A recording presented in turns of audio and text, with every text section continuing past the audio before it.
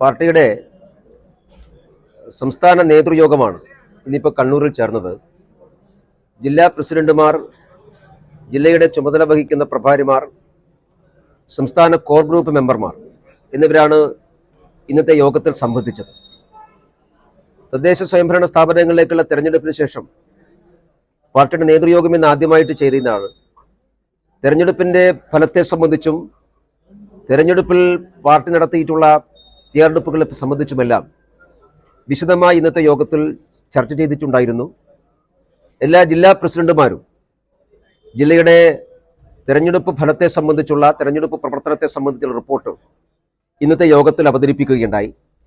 ആ റിപ്പോർട്ടിന്റെ അടിസ്ഥാനത്തിലാണ് വിശദമായിട്ടുള്ള ചർച്ചകൾക്ക് നേതൃയോഗം തയ്യാറായത്.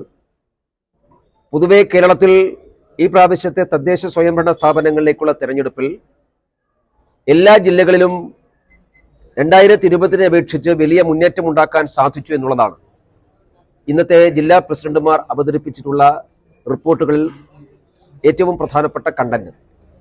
2020 ഞങ്ങൾക്ക് കിട്ടിയിട്ടുള്ള ഗ്രാമപഞ്ചായത്ത് വാർഡുകളെയും ബ്ലോക്ക് പഞ്ചായത്ത് വാർഡുകൾ, മുനിസിപ്പൽ കോർപ്പറേഷൻ വാർഡുകൾ ഇതെല്ലാം 2020 അപേക്ഷിച്ച് വർദ്ധിപ്പിക്കാനും വേണ്ടി ഞങ്ങൾക്ക് സാധിച്ചിട്ടുണ്ട്.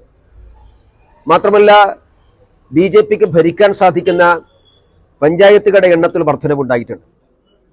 കഴിഞ്ഞ പ്രാവശ്യത്തെ വ്യത്യസ്തമായി കേരളത്തിലെ 41 പഞ്ചായത്തുകളിൽ ഈ പ്രാവശ്യം BJP ഒറ്റക്ക് ഭൂരിപക്ഷമോ അല്ലെങ്കിൽ ഏറ്റവും വലിയ ഒറ്റക്കക്ഷിയോ ആയിട്ട് മാറാൻ വേണ്ടി സാധിച്ചിട്ടുണ്ട്. ഈ 41 സ്ഥലങ്ങളിലും ജനവിധിയെ മാനിക്കാൻ LDFും UDFും തയ്യാറായാൽ ആ പഞ്ചായത്തുകളുടെ ഭരണം സ്വാഭാവികമായിട്ടും BJPക്ക് വന്നു ചേരേണ്ടതാണ്. ആ പഞ്ചായത്തുകൾ ഞങ്ങളാണ് ഏറ്റവും വലിയ ഒറ്റ പാർട്ടിയായിട്ട് ജനങ്ങൾ തിരഞ്ഞെടുത്തിട്ടുള്ളത്.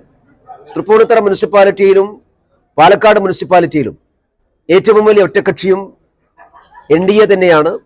സ്വാഭാവികമായിട്ടും ആ മുനിസിപ്പാലിറ്റിയുടെ ഭരണത്തിന് നേതൃത്വം കൊടുക്കേണ്ടതും ദേശീയ ജനാധിപത്യ സഖ്യമാണ് എന്നുള്ളതാണ് ജനവിധി. അതനുസരിച്ച് ആ മുനിസിപ്പാലിറ്റികളിലും ഭൂരിപക്ഷത്തിന്റെ അടിസ്ഥാനത്തിൽ മുനിസിപ്പൽ ഭരണത്തിന് നേതൃത്വം കൊടുക്കാൻ ആവശ്യമായിട്ടുള്ള കാര്യത്തെക്കുറിച്ച് പാർട്ടി ആലോചിക്കും. ജനവിധി അംഗീകരിക്കാൻ മറ്റു പാർട്ടികൾ, മുന്നണികൾ തയ്യാറാകണമെന്നുള്ളതാണ് ഞങ്ങൾക്ക് സൂചിപ്പിക്കാനുള്ളത്.